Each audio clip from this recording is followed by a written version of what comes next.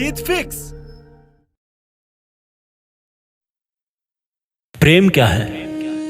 2.5 अक्षर का एक छोटा सा शब्द जिसको इस संसार के बाकी शब्द मिलकर भी विस्तार पूर्वक नहीं समझा सकते।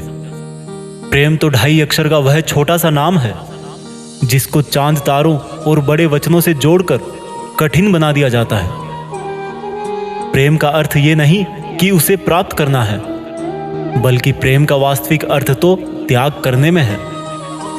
प्रेम का अर्थ दिन में 100 बार यह बोलना नहीं है कि मैं तुमसे कितना प्रेम करता हूं, बल्कि प्रेम का अर्थ तो यह है कि बिना कुछ कहे ही, बिना कुछ सुने ही उसकी अनुभूति हो जाए। क्या प्रेम उसी से होता है जो आंखों से दिखाई दे? अगर ऐसा होता तो फिर एक माँ अपने बच्चे को तब क्यों प्रेम करती है जब वो उसके पेट में रहता है और दिखाई नहीं देता?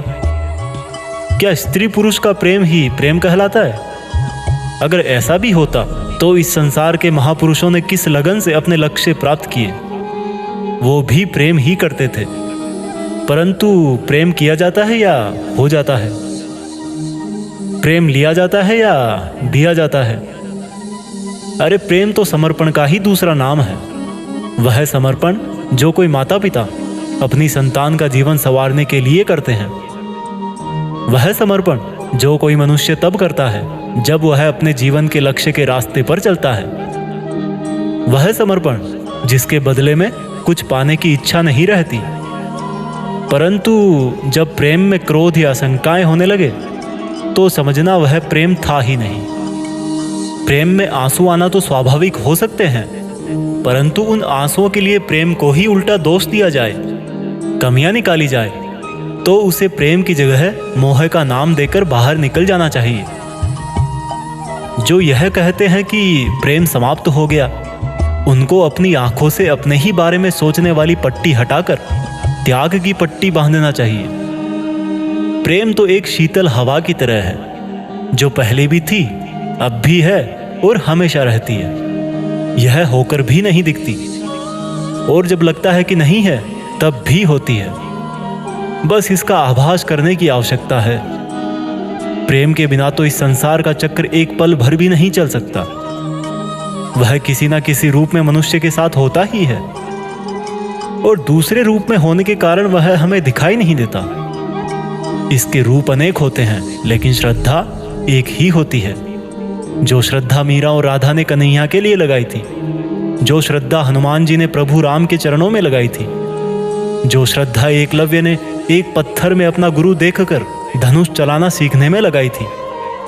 और प्रेम के बारे में क्या बताऊं? जब तक ये संसार है तब तक प्रेम है, और जब तक प्रेम है तब तक ही यह संसार है। प्रेम कितना बड़ा है जितनी उसकी अनुभूति कर सकते हो। प्रेम की आयु कितनी है जब तक स्वार्थी नहीं बनते। प्रेम में प्रसन्नता कब तक है जब तक प्रेम पर अधिकार ना जमाया जाए। क्या प्रेम में दुख करना सामान्य है? भला जिसमें दुख हो वह प्रेम ही क्या? प्रेम तो वह है जिसमें मन शांत है, किसी प्रकार की इच्छा नहीं है, एक दूसरे पर आरोप नहीं है, एक पल में खुश और अगले पल में दुखी होना भी नहीं है, जिसमें नींद नहीं आए वह भी प्रेम नहीं। किसी के छोड़ के जाने के बाद अगर अच्छी भावना के बदले आंसू आए तो वह भी प्रेम नहीं। वह तो दुखी होने का एक कारण है, क्योंकि प्यार में पाने जैसा कोई शब्द नहीं है, और ये सब प्रेम के लक्षण है ही नहीं।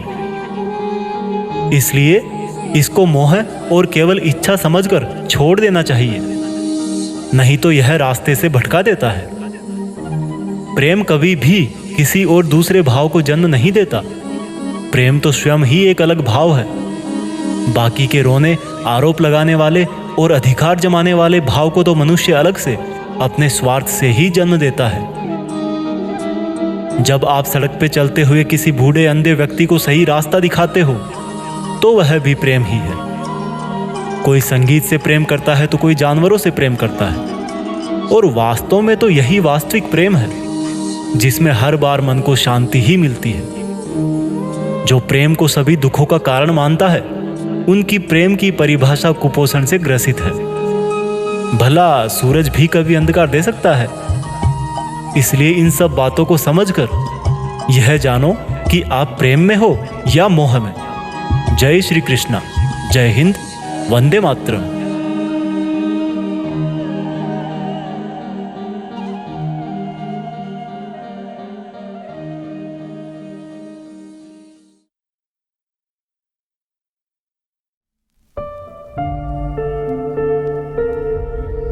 जीत फिक्स।